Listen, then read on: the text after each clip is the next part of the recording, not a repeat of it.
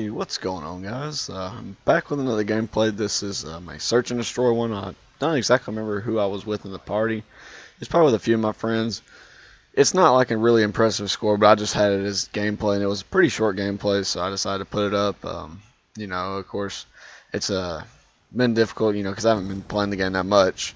But I've been slowly getting back into this game, just kind of gradually going back in it and, trying to get some gameplays. And my recorder's still been acting really weird. I have no idea how to fix it. I just actually got a new video card for my computer. Finally, I got this video card, and I love it to death now. I mean, I can run all my games on high graphics and still get a lot of remaining frames and make the games playable. So it runs pretty much every game on high graphics, especially it even runs the bigger games, the games that require more, video card data or whatever you want to call it. Whatever. It can pretty much run any game on the highest graphics, effectively and without really any frame rate drops, and that's great for me because it's great to play games on the PC without having to worry about that. So pretty much with just a video card, you can make your gaming experience much better just on a PC. Now this was a pretty expensive video card, but it was well worth it. It was a little over $200, but it does make your computer behave much differently than it would have otherwise. I actually did previously have a different video card in it. This one was a little bit outdated. It's about, I think it was 4 or 5, maybe even 6 years old, that my older cousin had gave to me, and he wanted to give that to me for my computer just so I could play the games, at least make them playable on the PC. And without the video card that he would have gave me, I would have probably been able to not even play the games that even on the lowest settings. But now it's cool because I can run them on the highest settings and still play the game with plenty of remaining frames, which is really cool. The games look way better on the PC, at least in my opinion.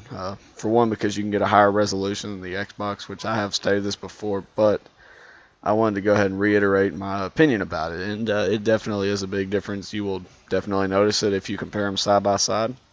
But again, I'm not trying to start any console wars or any gaming platform wars or any of that, because each one has their pros and each one has their cons. It's how it goes. Like for the PC, you may have a higher chance of running into people that have mods, hacks, whatever you want to call it.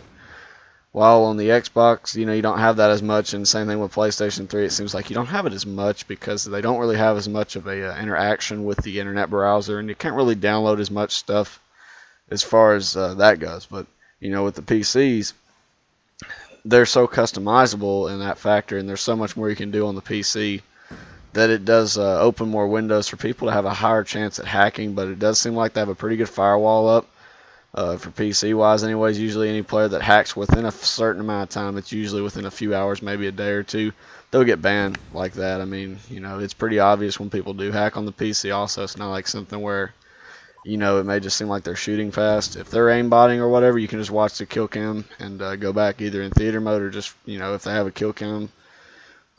Point is, it's pretty obvious when someone is hacking on the PC, so, they get banned pretty quickly. So that's good. I mean, I don't like cheaters.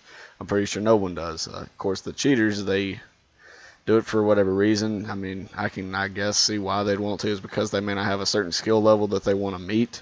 So they do it, and it makes them feel as self-accomplished, I guess you can say. I mean, I don't know.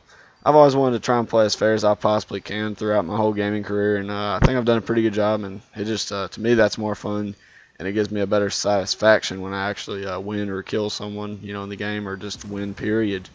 And it's just really cool. And, that's just something to get, think about. But I want to talk about another thing about Call of Duty, going back into this from PC. I've gotten a little bit more used to the controls now. It did take a little bit of time, but I have put a few more hours back into Call of Duty.